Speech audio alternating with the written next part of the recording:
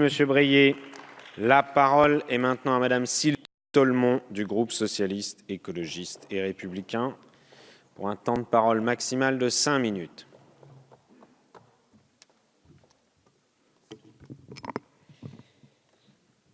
Monsieur le Président, Madame et Monsieur les ministres, Monsieur le Président de la Commission des affaires culturelles et d'éducation, Madame la rapporteure, chers collègues. L'examen de la proposition de loi portant adaptation du deuxième cycle de l'enseignement supérieur français au système licence master doctorat nous offre une belle opportunité de nous interroger sur l'accès à une formation progressive et cohérente pour tous nos étudiants du supérieur. Introduit en France en 2002 dans le cadre du processus de Bologne, le système LMD organise l'enseignement supérieur autour de 3 diplômes nationaux, la licence, le master et le doctorat. Ce système présente de réels atouts. Il harmonise les cursus d'enseignement supérieur européen et permet d'accroître la mobilité des étudiants. Il structure l'offre de formation sous la forme d'ensembles cohérents d'unités d'enseignement sanctionnées par des diplômes nationaux. Cependant, pour tirer pleinement bénéfice des vertus de cette organisation, fluidité et cohérence s'imposent dans la continuité des parcours et des diplômes.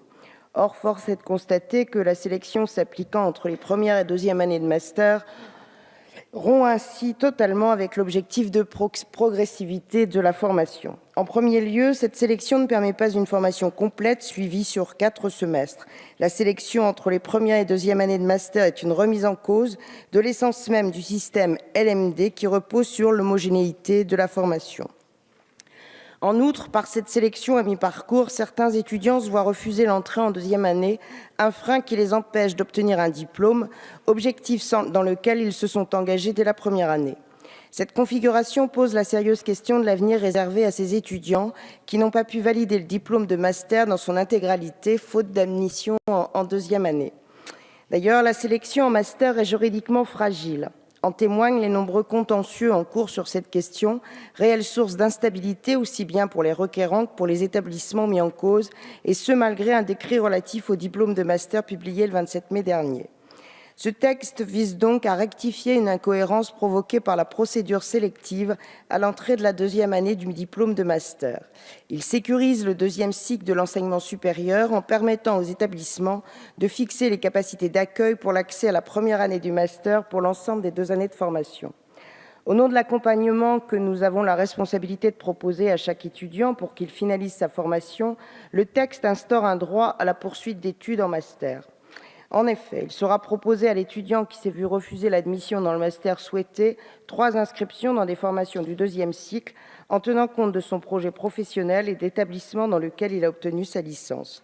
Ce droit à la poursuite d'études est fondamental. Il s'inscrit dans un projet de société plus général et absolument crucial, porter chacun au meilleur niveau. L'épanouissement de chaque étudiant dans le cadre de sa formation, l'émancipation et l'éducation au sein de notre société, des valeurs qui reposent sur une formation cohérente et aboutie de chacun, sont des priorités qui nous sont chères. Ainsi, au service de l'accès au savoir et à l'instruction pour tous, dans le respect des projets et des envies de formation de chaque étudiant, il est donc nécessaire de hisser les moyens à la hauteur. Au service de ces ambitions, le Sénat a d'ailleurs ajouté au texte initial un droit d'information pour les étudiants titulaires d'une licence qui interrompent leurs études sur les perspectives qui s'offrent à eux en matière d'insertion professionnelle ou de formation. Et toujours au nom de l'accès au niveau de formation le plus abouti possible pour les étudiants qui le souhaitent, le secrétaire d'État Mandon a annoncé qu'il proposerait la mise en place d'une plateforme décrivant la carte nationale des formations conduisant au diplôme national de master afin d'accompagner les candidatures des étudiants. Nous nous réjouissons de cette mesure qui contribue à améliorer la bonne marche des formations des étudiants dans le supérieur. Enfin, la proposition de loi qui nous intéresse aujourd'hui, saluons-le, est le fruit d'une démarche collective et interdisciplinaire particulièrement intéressante qui résulte d'un échange permanent permettant la signature d'un accord entre le ministère de l'Éducation nationale et les représentations syndicales des étudiants, des personnels, des établissements. C'est donc avec conviction que nous voterons ce texte. Donner la chance à chaque étudiant d'avoir accès à un diplôme est un objectif que nous poursuivons fermement au sein de la majorité. Il s'agit même du sens profond du projet socialiste, de la priorité de notre engagement, et je me réjouis que ce texte puisse contribuer à traduire cet objectif dans notre réalité. Je vous remercie. Merci, Madame